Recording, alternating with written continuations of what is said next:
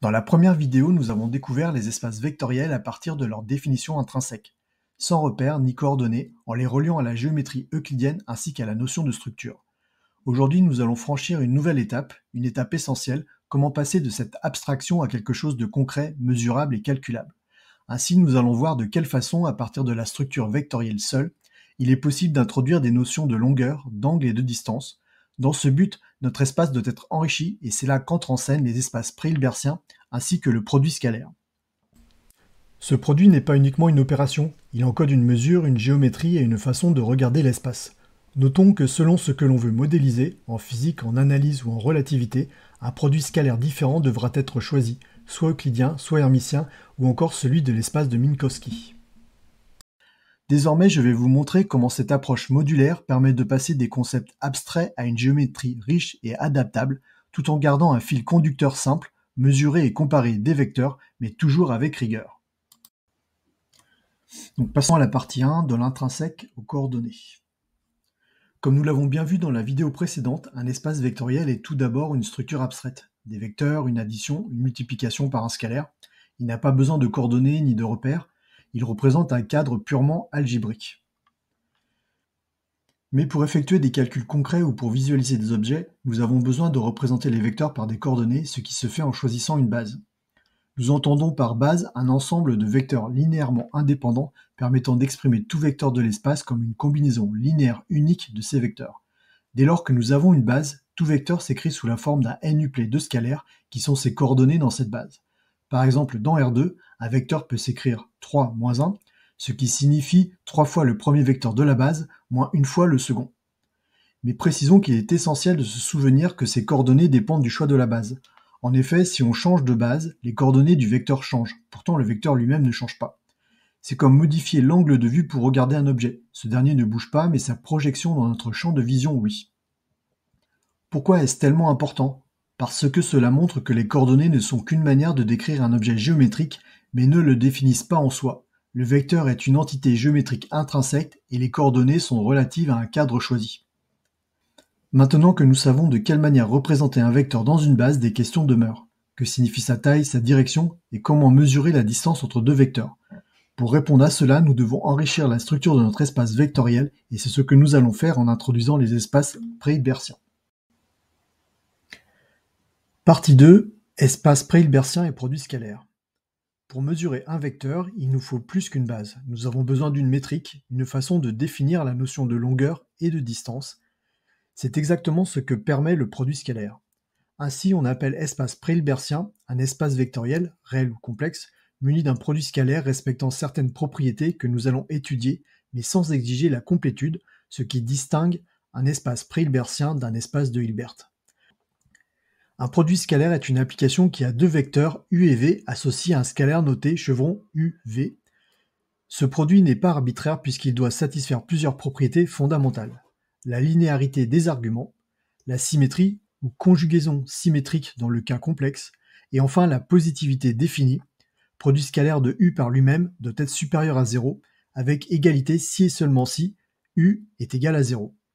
Une fois le produit scalaire défini, il induit naturellement une norme. La norme de U est égale le produit scalaire de U avec lui-même. Et cette norme nous donne la longueur d'un vecteur. Mais ce n'est pas tout. En effet, elle permet aussi de définir la distance entre deux vecteurs. La distance entre U et V est égale à la norme du vecteur U-V. Autrement dit, on considère le vecteur différence entre U et V, puis on mesure sa norme. Cela revient à mesurer l'écart entre les deux vecteurs dans l'espace. Cette distance satisfait alors les propriétés attendues d'une métrique. Elle est toujours positive ou nulle. Elle est nulle si et seulement si les deux vecteurs sont égaux. Elle est symétrique, D de UV est égal à D de VU. Et enfin, elle vérifie l'inégalité triangulaire. La distance entre U et W est inférieure ou égale à la distance entre U et V plus la distance entre V et W. Cela transforme l'espace vectoriel en un espace métrique où il devient ainsi possible d'appliquer des raisonnements géométriques, d'analyser la convergence des suites de vecteurs ou encore d'approcher une solution par itération. Quant à l'angle entre deux vecteurs, eh bien il est défini grâce au produit scalaire via la formule. Le produit scalaire entre U et V est égal à la norme de U fois la norme de V cosinus θ. Cette formule permet de relier directement la géométrie à l'algèbre, nous connaissons l'angle entre deux vecteurs en calculant leur produit scalaire et leur norme. Ainsi, un espace vectoriel muni d'un produit scalaire devient un espace pré-hilbertien, un espace où l'on peut parler de longueur, d'angle et de projection. C'est dans ces espaces que se retrouve la géométrie intuitive, c'est-à-dire les triangles, les orthogonales et les distances, mais tout cela repose sur une structure purement algébrique. Par exemple, dans R2, le produit scalaire classique est, pour un vecteur x1, y1 et un vecteur x2, y2, le produit scalaire des deux vecteurs est égal à x1 fois x2 plus y1 fois y2. Il permet alors de retrouver les règles de la géométrie euclidienne telles qu'on les a apprises au collège mais définies de façon plus générale, abstraite et rigoureuse. Ce produit scalaire classique nous est familier, et pourtant ce n'est qu'un exemple parmi d'autres. Selon le contexte, il est possible de définir d'autres produits scalaires qui donneront naissance à d'autres géométries. C'est ce que nous allons explorer maintenant. Partie 3. L'approche modulaire des différents produits scalaires. Le produit scalaire euclidien, celui que nous connaissons couramment dans Rn, n'est pas le seul possible. Ce qu'il faut bien comprendre, c'est que le produit scalaire est une structure imposée à un espace vectoriel, et que selon le contexte, on peut choisir une forme adaptée à nos besoins. Voyons trois types de produits scalaires, chacun associé à une géométrie particulière. Le produit scalaire euclidien dans Rn. C'est celui utilisé par défaut. Le produit scalaire entre U et V est la somme entre 1 et n de UI, VI. Il est symétrique, linéaire et positif défini, la norme induite étant toujours positive pour un vecteur non nul. Ce produit scalaire nous permet de retrouver toutes les notions de la géométrie classique. La norme d'un vecteur, c'est-à-dire sa longueur dans le repère choisi, la distance entre deux vecteurs, l'angle entre deux directions et enfin l'orthogonalité quand le produit scalaire entre U et V est égal à 0. Il est omniprésent en physique classique, en géométrie analytique, en traitement d'images ainsi qu'en modélisation 3D. Mais dès que nous passons à des espaces vectoriels complexes ou que nous modélisons des phénomènes temporels, cette structure doit être impérativement adaptée. Le produit scalaire hermitien dans Cn. Ajoutons que dans un espace vectoriel complexe, une simple symétrie comme dans le cas réel ne suffit pas. Il se doit de respecter la structure complexe, notamment pour que la norme reste réelle, d'où la conjugaison. Le produit scalaire entre U et V est la somme entre i égale 1 et n de UI et du conjugué de VI. Pour rappel, pour tout nombre complexe z est égal à a plus ib, le conjugué de z est égal à a moins ib. Elle inverse ainsi la partie imaginaire tout en gardant la partie réelle.